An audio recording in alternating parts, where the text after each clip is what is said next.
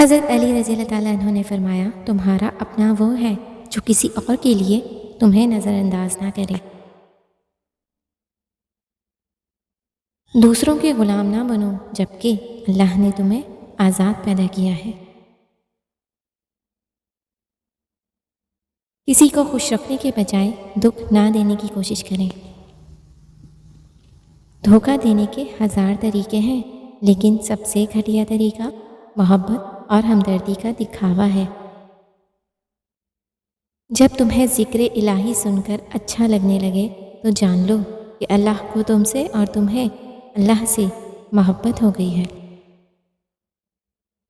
توبہ کرنے والوں کے ساتھ بیٹھا کرو کیونکہ وہ لوگ ہم دل ہوتے ہیں۔ جب کوئی امید نہ ہو تو اور زیادہ اللہ سے مانگو کیونکہ معجزے اللہ کی شان ہے۔ کبھی اس کو نظر انداز نہ کرو جو تمہاری پرواہ کرتا ہے، ورنہ کسی دن تمہیں احساس ہوگا کہ پتھر جمع کرتے کرتے تم نے ہیرا گنوا دیا۔ زیادہ بولنے سے پرہیز کریں کیونکہ اس سے عقل کی روشنی بند پڑ جاتی ہے اور کم بولنا عقل مندی کی نشانی ہے۔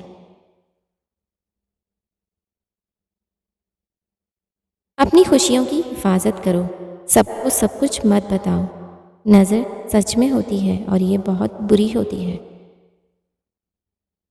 دنیا میں 1000 رشتے بناؤ لیکن ایک رشتہ ایسا بناؤ جب 1000 رشتے آپ کے خلاف ہوں تو وہ ایک اکیلا آپ کے ساتھ ہو۔ ہمیشہ یاد رکھیں، جتنی اچھی نماز اتنی اچھی زندگی، اتنی ہی اچھی آخرت۔